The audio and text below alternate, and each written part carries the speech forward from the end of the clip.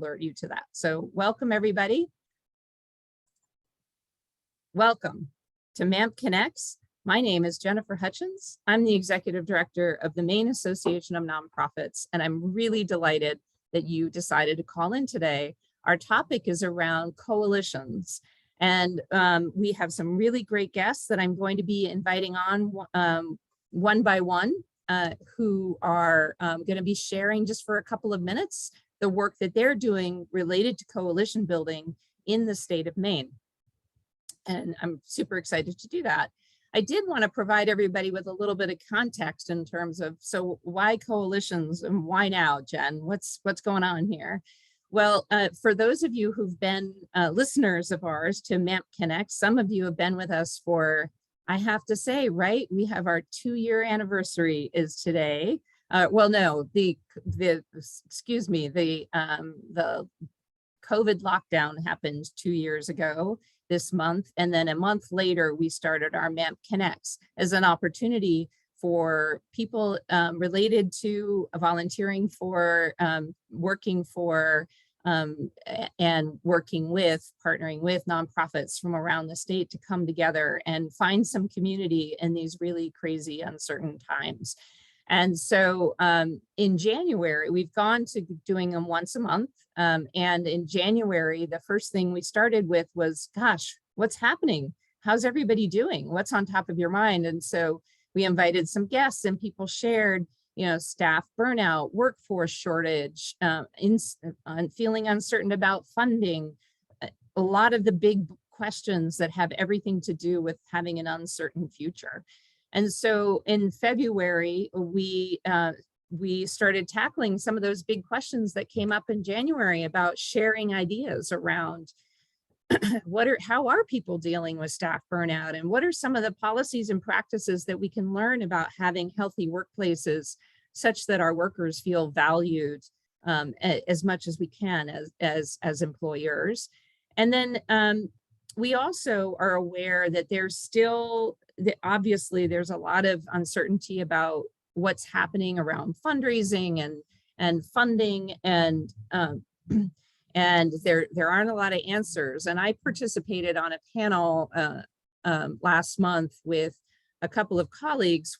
The Portland Press Herald put it together, and they were asking us, you know, so what are the strategies nonprofits need to use to make sure they have the resources they need? And I was encouraging people to remember there's a big question mark out there. There's a lot of shifting dynamics going on. One of the things we talked about, though, was some of the new, some of the past federal funding opportunities, some of the continual federal funding opportunities that are coming down to the states and towns and counties, which is generally called this ARPA funding. It's a hydra of complicated ways that it's getting out into the community.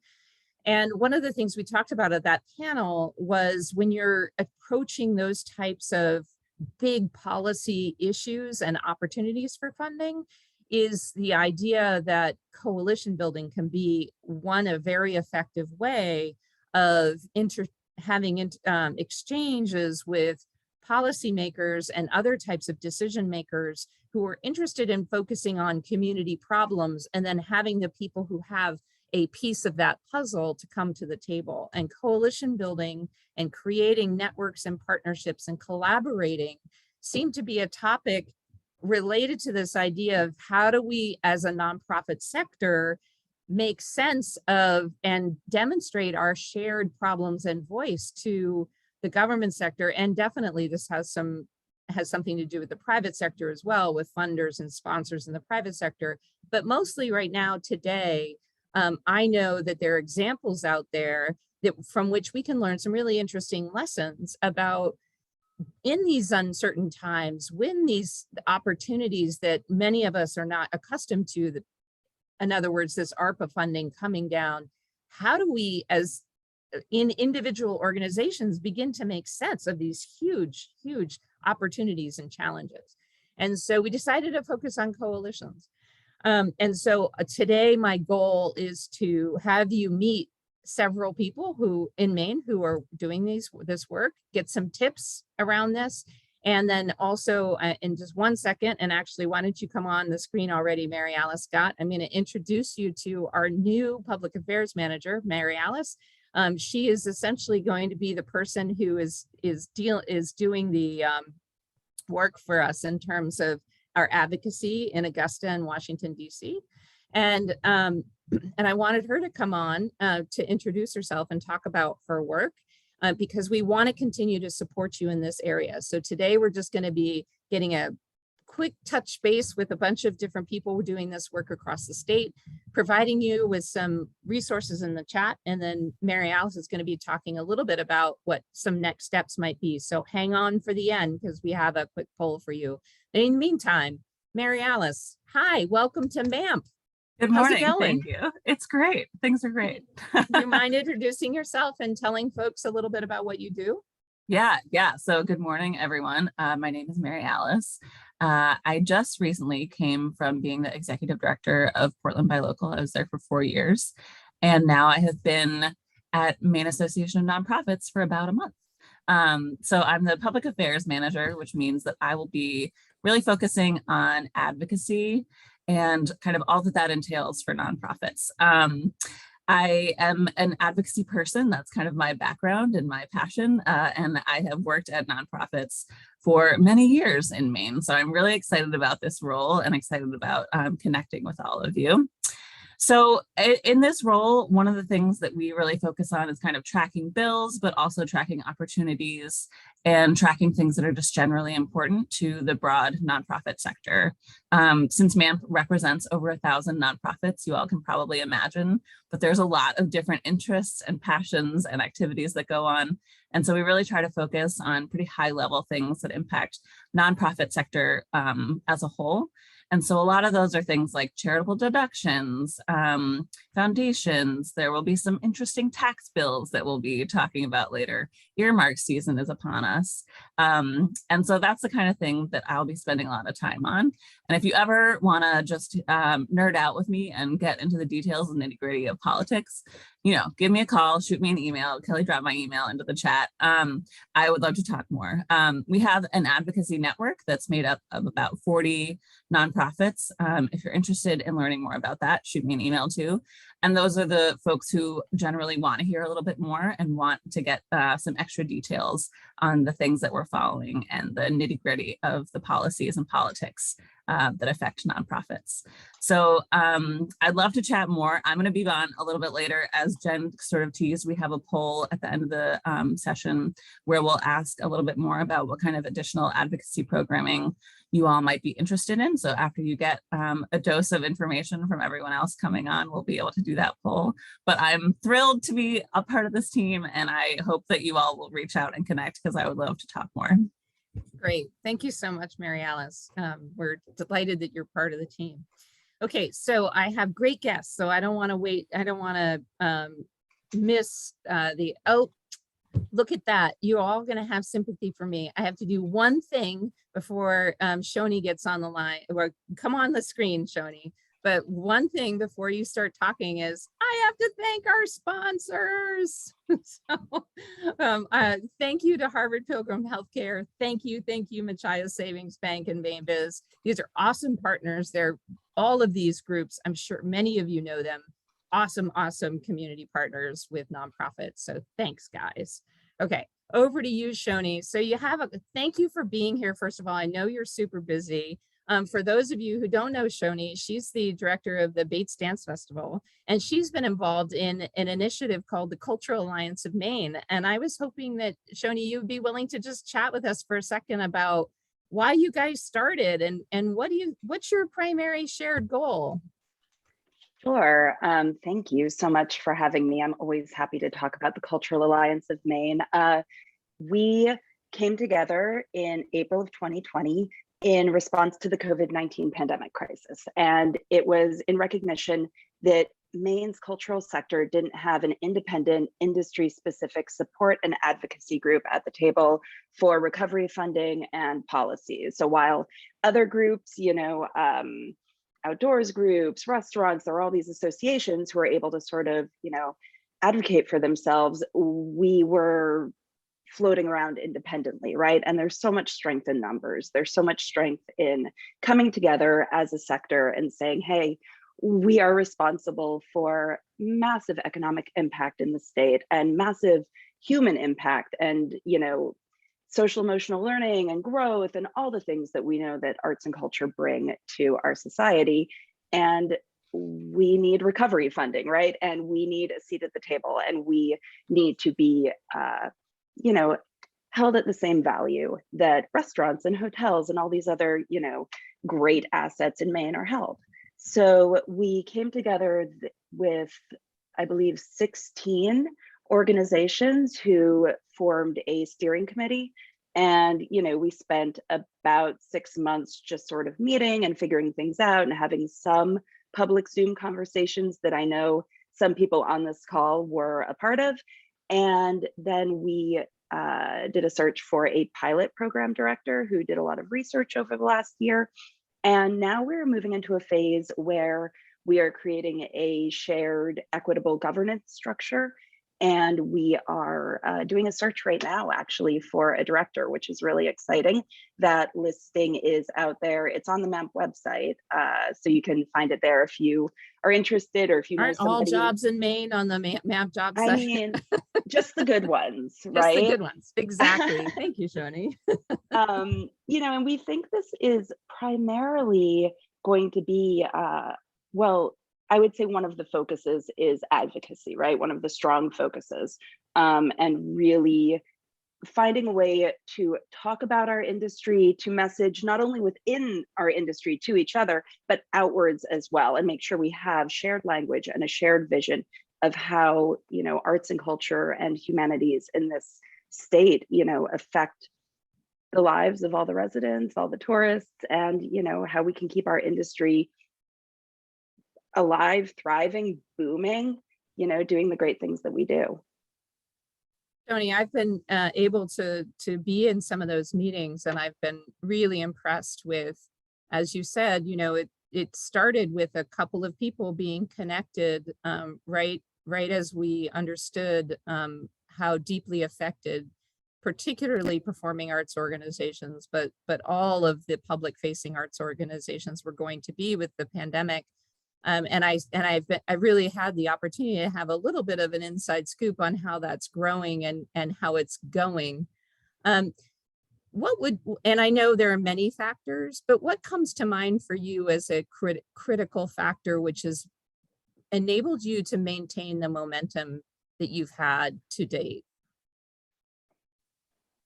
So we have, I think the 16 or so organizations who started this have sort of immense buy-in to the long-term success of this project, right? And so we have this larger steering committee, we have a smaller coordinating team who work together. Each of the individuals on both of those teams are incredibly committed. But now, as we're moving forward, everyone is also really committed to equity in this structure. You know, this came together as a group that was, I mean, it was early April, I feel like, when we started meeting, right? It was a frantic, desperate, terrified time. And so a group of us just came together. Abby Levin organized us initially. And I think now as we move forward, these people, we have our eyes on like the long term, right? Like what does it look like in a year, in 5 years, in 10 years? Is it, you know, hopefully maybe a cabinet seat at some point? Is it, what are the, and we are not married to any particular outcome yet. We are really, it's actually a very, as a kind of type A, like get it done person, I can sometimes even get frustrated in the amount of messiness that we allow, and the ideating and the group conversations that are so fruitful and that really leave it open to, we don't know what it might look like. We don't know yet who the next people, who the board will be, what the governance structure will be. We've opened it up to, you know, bringing in a facilitator to help us sort of find that, and to bring in a new group of people to interact with the folks who are already, you know, in the room. And so I think that's part of what's pushing us forward, is just this this real vision of like, we don't know exactly what it is, but we know we need something that brings us together. That's great. So being patient, right? Having a long-term view and allowing for the messiness and the open communication. That's great, Shoni. If people are interested in learning more, can they email someone, or where do you happen? I know I'm putting you a little on the spot. I'm just Yes, assuming no, there people must might be be a like, oh, I way. haven't heard of the Cultural Alliance of Maine. Yeah. You know what? I'm going to drop a link in the chat. We do Okay. have a Facebook group that is a private group. We are just now creating a website. Yep, that's the Yeah. email address Okay. right now. Great. Linda Nelson's answering it. Okay. Okay, great. Thank you, Shoni. I'm sorry to keep this short, but I know you have This to is go, and great. I've got some other great Thank guests you. too. So, okay, bye. Bye. Okay, Sean, are you ready to join us from Bangor? Yes, if you got me. Am I there? I see you now. How are you doing? Can you hear me? Good, thank you. Yeah, I can hear you. I can hear you. Thank you for being here. Everybody, this is Sean Faircloth. He's the founder of the name of your organization. I had it on Together Place. It's a Together peer-run Place Peer-Run recovery center. Recovery Center, but I'm not the Yeah. founder, just merely Oh, the okay. executive director. Yeah. Okay. Okay, But great. Yeah, I can Yeah. talk a little bit about our goal quickly. Yes. We're working on sort of neighborhood beautification and revitalization. Our primary mission is our niche is that our staff are people who themselves are in long-term recovery, but it's long-term recovery from mental health and or substance use. As many of you probably know, often dual diagnosis is a key issue that we face, and especially here. And that's when I say neighborhood revitalization and beautification, as it turns out, most recent stats I've seen anyway, place Penobscot County is the highest overdose rate county in Maine. And then within that, our section of Bangor, our neighborhood of Bangor is the highest overdose area in the county. So we face very difficult challenges. The pandemic made that even worse. So this section of town faces a lot of challenges and has even before the pandemic. Some steps that we've taken is getting on the ground. That is, we ally with the police. Shaw's Supermarket, which happens to be in this section of the city, is allied with us, the United Way. Also, Maine Humanities. I shouldn't name grantor groups because there are several others, but Maine Humanities work with us with this vision. And I will say one of the lessons learned, so those are one of the key steps to me was getting on the ground, meeting people, getting out in the neighborhood. And then a key lesson for us, I think, is sort of perception reversal for us. I mean, I guess it's no surprise that a lot of people, we serve a very low income population primarily, and people have some negative perceptions. I understand, I have friends who say, here's this person passed out here or there, that's a perception. And there's some realities there. And it's different. It's a challenge. I started the Maine Discovery Museum in Bangor a number of years ago, and it was like kids, and everybody was right away wants to give money and help out, and downtown revitalization, right away they want to help. And whereas with an issue where people have very serious challenges, it's maybe not as easy a sell as some of the other issues, but because we are leading, Together Place Peer-Run Recovery Center is leading with this neighborhood revitalization and beautification effort. I feel like it's sort of a jujitsu in that people have one perception saying, we're building a coalition with a large number of groups to do something about our section of the city. And as Shoni said, there's still a long way to go. I mean, the pandemic's made things even worse, but we have seen a lot of results. Our building was sort of run down, and now it's beautified with murals all around it that face the community. And inside we have, actually, I want to talk to Shoni about it. We have sort of a museum of Maine arts and literature inside of a recovery center. I'm talking about a professionally made 86-piece exhibit of Maine arts and literature. Hey, Sean, I'm Yeah. sorry to interrupt you, but I want to make sure everybody understands what you're saying, because if I'm hearing you correctly, what you're saying, one of the keys to your coalition building is you're finding a shared goal that wraps everybody's interests into a vision, as opposed to just, am I getting this correctly? It's not, because you're talking a lot about wrapping and community, so. Right. Well, decades around here, this section of our city has faced challenges, and maybe an older version of our building was part of the challenge. It looked kind of run down. It wasn't. So we tried to lead by example with that. And now we did it last year and we're going to be doing it again this year, neighborhood cleanup. So our folks in recovery are out cleaning up the neighborhood. We're going to be adding murals, including one to Shaw's Supermarket in a key kind of highly visible location. And people in recovery will hire a professional artist, but it will be people in recovery helping with the creation of this mural, as occurred with the murals on our building. And we're getting out on the street. So we go and meet folks. If you picture people in recovery, there are people who say, I'm going to go out and I'm going to seek out help. But a lot of times, especially if poverty is a big issue for us in this section of the city, people are in isolation, they're alone in low-income housing or even without homes. So we get out on the street and meet with folks, and then we have them meet with the police and meet with folks from Shaw's and meet with folks from community groups. So now we have our annual creative writing contest for people in recovery here, which sort of helps zing up this neighborhood. We're having a community vegetable garden that we're creating for this section of the city. We're doing things that really we think can have a long-term impact, and we're only just beginning. This will be our second year for the neighborhood beautification, and the revitalization effort goes on long into the future. So we're always looking for new allies, and I think that's pivotal both to the change of perception of who we serve, and also, frankly, this neighborhood. This has been a 50, 60 years that people have this perception of this section of our city. Can you talk a little bit about I know that you were part of a coalition that was interested in the ARPA funding. Can you talk a little bit about that and how that's gone?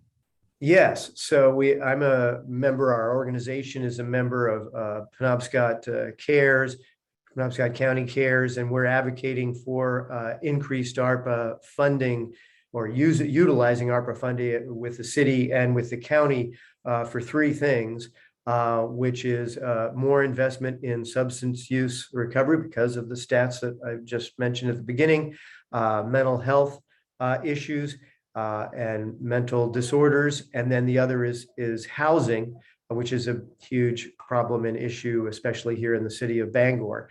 So we've been advocating to the county and to the city about that, and really saying with our example that we feel like we can be big contributors. People may not perceive it that way, but we consider ourselves now contributors to economic development for this section of the city and for the entire city. And with your experience as a public official, I'm wondering if you could talk a little bit about it from that, wearing that kind of a hat, if you will, and what it means, the difference between an individual organization coming to you versus a coalition. Can you talk a little bit about the practicalities of that for a legislator or a public official? Sure, right. I guess I've served 10 years in the Maine legislature, and I think it's very meaningful when an elected official sees, okay, here's a coalition that's coming to us saying that we can make a difference for our community.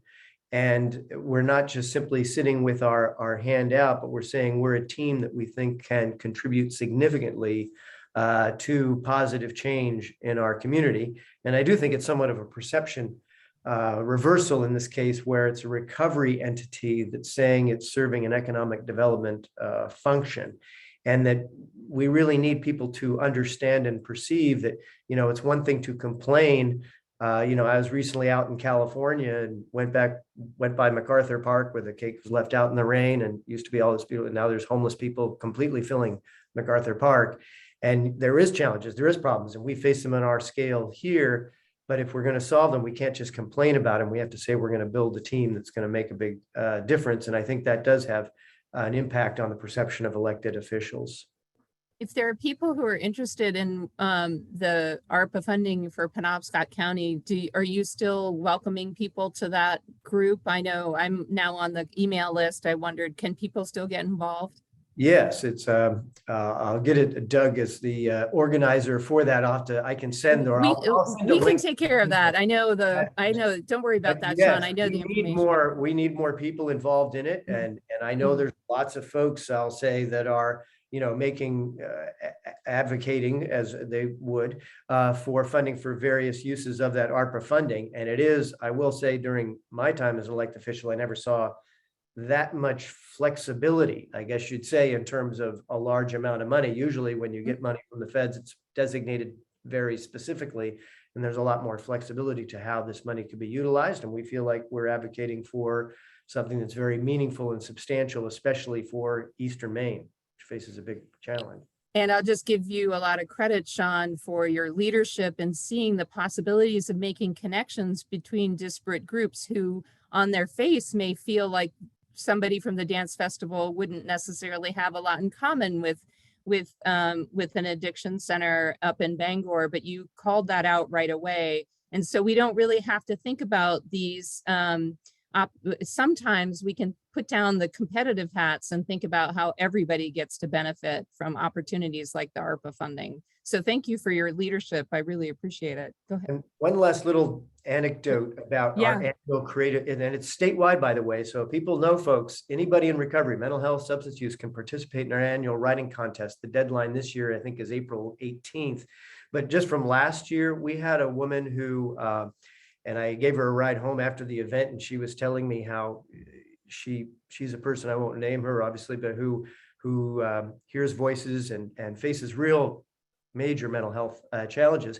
And she got up in front of this big group and read from some poetry in the annual writing contest, and just said how empowering and meaningful that was to her.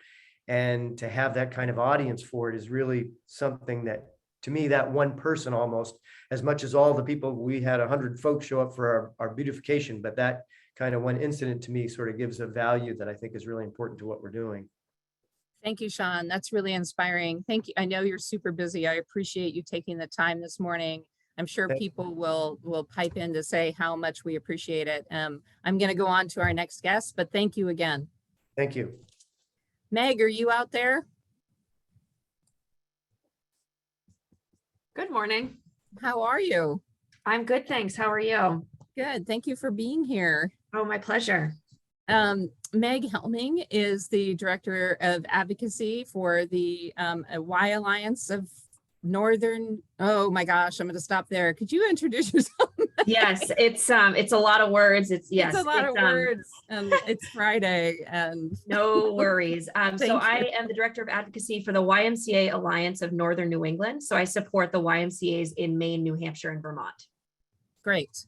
And so you know what we're talking about this morning, and you've heard a little bit already from our guests. What's on your mind when you think about what it means to run an alliance and trying to get herd the cats, if you will, towards a shared goal? How do you think about it in your work? Yes, that's a great question, and something I sit with every day. So the work that I do, the alliance that I work for is all YMCAs. So there's 26 across the 3 states. There's 16 in Maine. My position really focuses on state level advocacy in each of the 3 states that I support. So even getting the Ys on the same page can be a challenge sometimes, because they're all independent 501c3s with their own boards of directors serving their local communities. And that's the way, the federated structure of the Y, it's been set up very intentionally that way. But we also can't do our work by ourselves. And so working with external coalitions and partners has been a critical part of my role and our ability to get anything done. So I have a couple thoughts. I don't know if you want me to just kind of share some thoughts when Okay. Yeah. Cool. Great.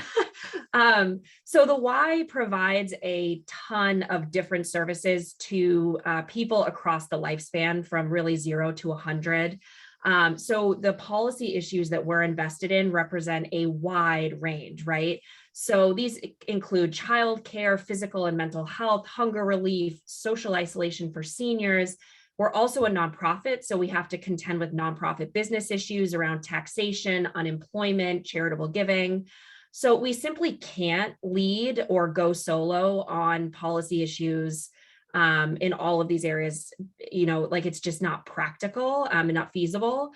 And then there's the reality of our organizational structure, where, as I said, I support 3 states. So while we do have a state lobbyist in each of our states, we don't have the capacity to lead on every single issue that would affect our work in our communities. So we really look to collaborate with issue-specific organizations and coalitions to get our work done.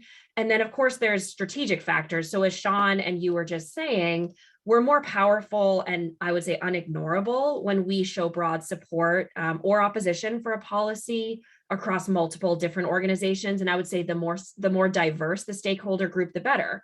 So for example, right now we're seeing a lot more partnership between the business community and in particular chambers of commerce and the childcare sector to advocate for more government investment in childcare and positioning this as an economic issue. And that's getting way more attention than just the childcare sector alone going and advocating for funding, for example. Coalition work helps us dial up or dial down our advocacy work based on how critical or timely an issue might be or how sensitive an issue might be. So for example, I'll give a New Hampshire example. In the state legislature there's quite a bit of anti-vax, anti-mask, anti-pandemic restriction energy in the State House. And there's some really scary policies that are potentially coming across the governor's desk. And we feel that that's a big threat to public health and to our business operations. So we've joined a diverse coalition of different stakeholders to oppose those policies, but we don't have to be out front and leading on that because we also have to be aware that it's very sensitive and we would never want to compromise our ability to do work in our communities and always be seen as a safe place and a collaborator. It also helps increase our public and external stakeholder awareness of the depth and breadth of the work that we do. So some of the tables that I show up at, I would say some of the partners say, I didn't know that the Y does hunger relief work, right? Because we're dealing with this misunderstanding that we're just a gym and swim or we're just a childcare organization, right? And so it's really also about increasing awareness of the work that we're doing, and it leads to more opportunities for collaboration and potentially funding down the line for us, kind of outside of that straight policy work. And then Jen, as you shared in your intro, the COVID effect, right, of we are truly operating in a time without precedent, and the complexity of the challenges that our communities and our organizations are facing, none of us have a roadmap for this. And the amount of funding that has come in as a result of the pandemic, we have to create new systems and new business models and figure out ways to pivot and innovate. And we couldn't do that by ourselves. And so I really look to partners to help be thought partners in, reimagining these systems. And we would not be able to be as effective in our communities if we didn't have that partnership. So I'll stop there because I just went on a lot.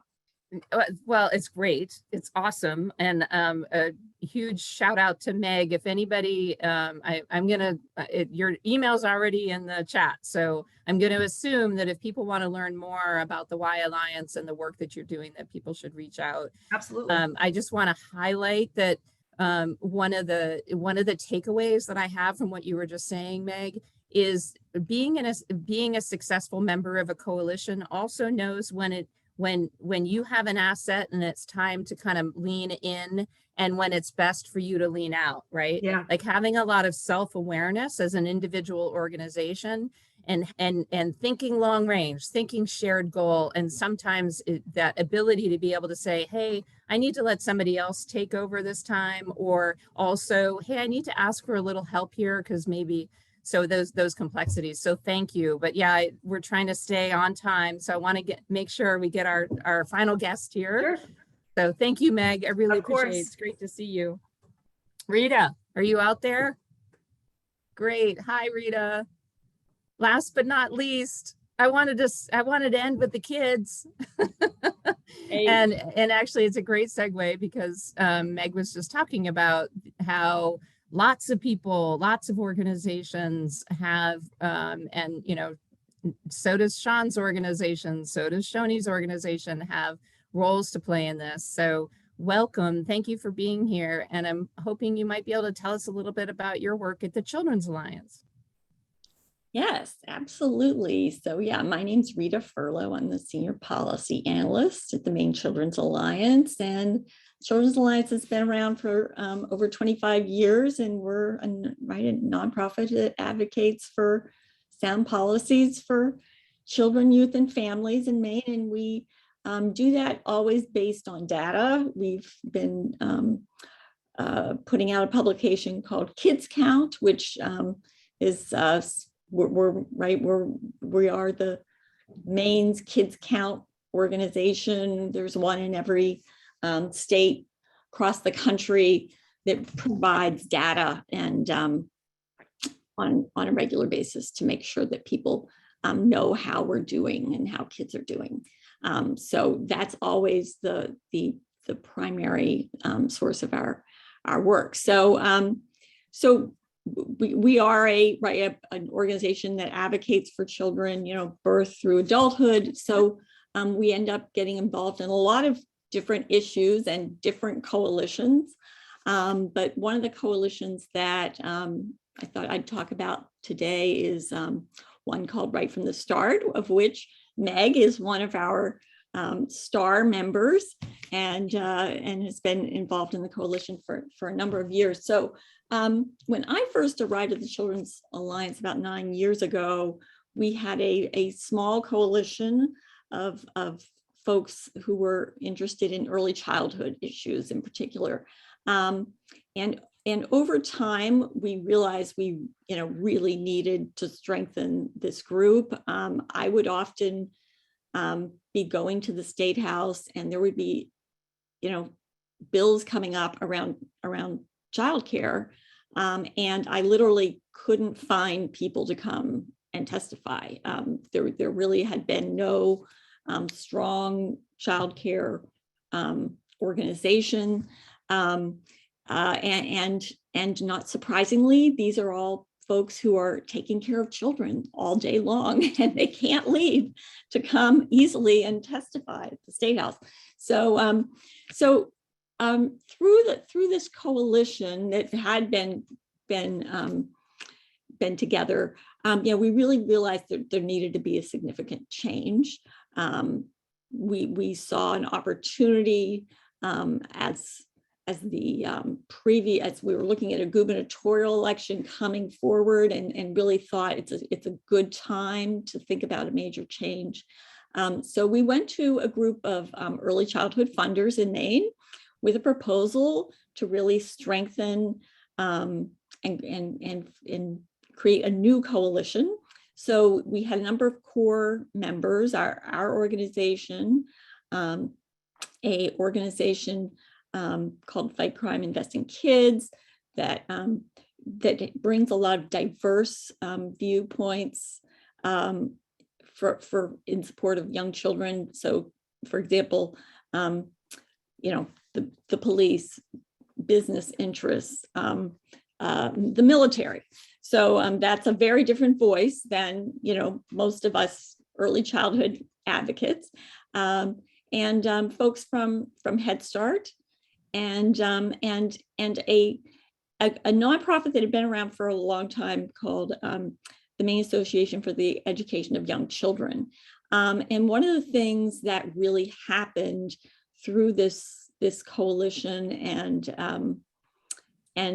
this this additional funding through this early childhood funders group is that group in particular really got strengthened and grew, and they are now just doing a phenomenal job of working with lots of private providers of childcare, and so as you recognize, right, there has been a childcare crisis in Maine, across the country, and so the fact that this coalition really formed and came together, and right, timing is often everything, that we were really in a position when these ARPA funds were coming down, when there's been a significant interest in change around childcare, to be able to really advocate and be effective, and have several bills that one of which is being sponsored this year by the Speaker of the House. And so the governor has put in $12 million in support of childcare providers to really help stabilize the profession and provide additional monthly funding, which is really the first time anything like that's happened in Maine. So Rita, can I jump in and ask you a question? Did the coalition you're talking about existed prior to the pandemic? Is that correct? yes, it did. Yes. Yeah. And Yeah. so one of the things I just want to highlight here and something that for those of you who are interested in learning more about coalition building is that what I'm getting from what Rita's saying is that they really benefited from being ready already as a group for when, right?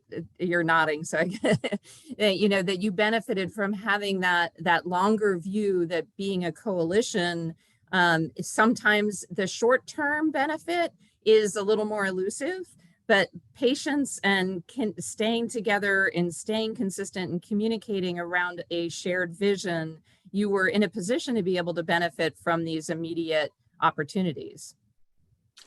That's correct. And and coalition work really is a long-term, project. It is a long range. It is, Yeah, and public absolutely. policy is a long range project. Yeah. It may take sometimes, unfortunately, years, right, to get Right. the policy that you really want Right. across the Right. board. So I'm sorry to cut us short, but I always promise everybody we're going to wrap up on time. So thank you so much for being here today. And I know people can learn more by reaching out to Rita and learning more about the Maine Children's Alliance. So thank you so much. Hey, Mary Alice, can you come back and you can prep our poll for our group? Because I think there's a lot of energy. I get a sense that there's a lot of energy around this topic. Am I right? I haven't really been following the chat. Yeah, I was just messaging with somebody on the side. So it's great. I think a lot of people are enthusiastic and interested in some of the nitty gritty. So if we can launch the poll, one of the things I'll be doing is starting to ask and engage in what kind of advocacy programming you're interested in. So if you all want to take a quick look at that and vote on the things that you'd be interested in, I think you're able to vote for more than one, which is amazing. New. So there's for the longest time, Zoom was like, no, you can only have one we're option. very excited. It's the new Zoom feature, everybody. Yeah, welcome to the future. We have intro to nonprofit advocacy and lobbying, lobbying 201, moving beyond the basics, advocacy through media, and maybe we include some social media in there, nonprofits and ballot question lobbying, legal compliance for coalitions. I would love to know if this group in particular is interested in more. Maybe all of the above, we can try to swing for the moon, or if you're just not interested, also fine. We'd love to know that. This is super helpful and will help kind of shape our future. Yeah, well, stay right here, Mary Alice, just in case is there anything you want to underscore for me in terms of themes today? Just really quickly, like. Yeah, the thing that I have been thinking about, and I think a lot of the folks touched on, is kind of proactive alliance building, which is like a lot of the stuff that came before COVID and so continue afterward. It's a little bit more long-term, cross-organizational. Sometimes it's a little trickier versus the kind of reactive, defensive advocacy and coalition building that a lot of times COVID and other emergencies necessitate. So I just think that's an interesting kind of thing to think about and challenge. Great. Okay, well, thanks everybody. We got some really, really helpful results on our poll.